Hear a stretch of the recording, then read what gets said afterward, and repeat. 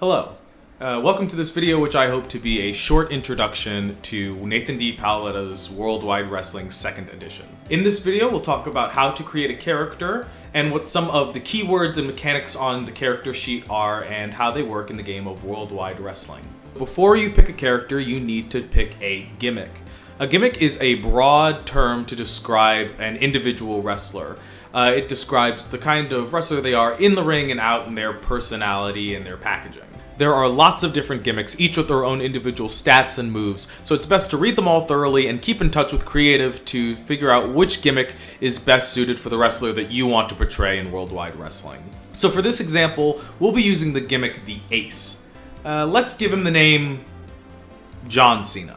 It's here that you can start to decide on your wrestler's packaging, including their build, hometown, and what kind of entrance music that they have.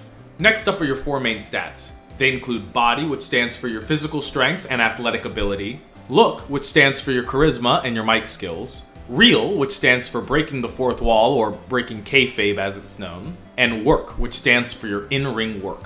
Each gimmick has its own array of starting stats, and for the Ace, it's body -1, look +1, real +1, and work -1. Next, most gimmicks will have you add 1 to a stat. However, some gimmicks like the Ace have a variant. In this case, add 1 to one stat and subtract 1 from another. For this example, I'll add 1 to look and subtract 1 from real, bringing my final stats to body -1, look +2, real 0, and work -1. And then you get to choose your role. Do you want to be a babyface or a heel, a good guy or a bad guy? Next, we'll establish heat.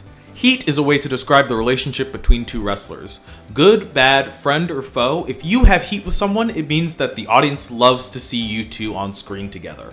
When you and the rest of the roster meet for your session 0, you'll ask some or all of these questions to establish heat with each other. After you ask a question, another player will volunteer to answer. After they answer, you're going to write down their name and note that you have 1 heat with them. So, for example, I would ask, "Who trained with me at the dojo?" If my brother answers, I would write down that I have 1 heat with his wrestler, Dave Batista. After all of the questions have been asked, all the baby faces will gain 1 heat with every heel, and all heels will gain 1 heat with every baby face. It's here that you can also start to decide on your wrestler's want.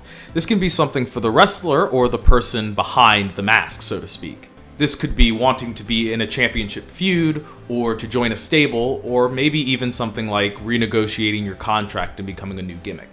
Now it's time to talk about moves. Now there are some moves that everyone has access to. These include basic moves such as playing politics or cutting a promo. And then there are in-ring moves for when you're doing your good old-fashioned wrestling. And then there are gimmick moves, available to only those wrestlers who have taken them as part of advances or other means. When it comes to choosing your gimmick moves, all wrestlers will start automatically with their finishing move. Some wrestlers, such as the Ace, also start out with another move automatically chosen, so that means they will pick 1 more. If that's not the case for your wrestler, then you will pick 2 moves from your original gimmick sheet. For this example, I'll take the Amazing Entrance. Worldwide Wrestling uses a 2d6 system. Any result 10 and above is a hard success.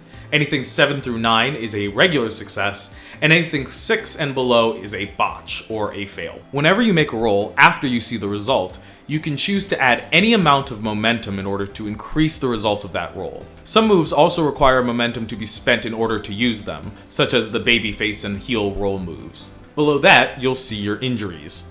Each wrestler can only take so many injuries before they need to be taken off TV. Whenever you take an injury, you'll be able to check a box. However, whenever a box is checked, you also get to use a special injury move unique to each gimmick. Audience stands for how popular you are. Audience goes from 1 to 4 and the top spot. Each gimmick has its own resetting and starting audience, only resetting if you're knocked out of the top spot, or if your company gets more popular, a stat that Creative will take care of for you. While audience can be gained in a variety of ways, the most reliable way to gain audience is through heat. Whenever a wrestler has a match with someone that they have 4 heat with, they'll gain an audience once the match is over. And most importantly, there can only be 1 wrestler at the top spot at a time. If a wrestler reaches the top, they knock out whoever is in top before them, and they reset to their gimmick's resetting audience level. And most important about audience is that if you ever end an episode with 0 audience, that means you will be fired. Advances are Worldwide Wrestling's version of leveling up. Even though gimmicks do have their own unique ways of gaining an advance, each gimmick will advance whenever you gain the top spot, reach zero audience, or achieve your goal. Advances can be used to gain more audience, or take new moves from your gimmick or perhaps another gimmick, or after 3 advances, it could be something more dramatic, like taking an advanced role, or becoming a whole new gimmick entirely. And just like that, we are finished. Here is my final gimmick sheet for John Cena, the ace of WWE. Thank you so much for watching this video, and I hope that it was helpful.